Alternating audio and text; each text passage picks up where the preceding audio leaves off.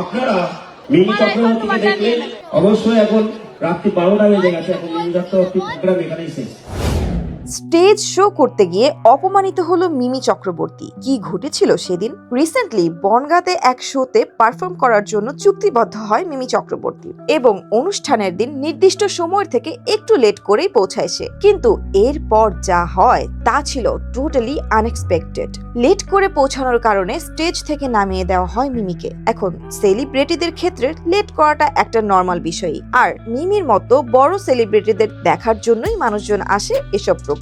কিন্তু এই কারণে শো শুরু করার আগেই যে তাকে স্টেজ থেকে নামিয়ে দেবে, এটা তো মিমির জন্য অপমানেরই বিষয়। এখন হোস্টের মতে মিমি চুক্তিবদ্ধ হবার পরও লেট করে এসেছে, তাই তাকে সময় অনুযায়ী তারা নামিয়ে দিয়েছে। এখানে তারা তাদের কোনো ভুল না দেখলেও মিমি এই ঘটনার জন্য মামলা করেছে হোস্টদের বিরুদ্ধে। এখন দেখা যাক কোথাকার জল কোথায় গিয়ে গড়ায়।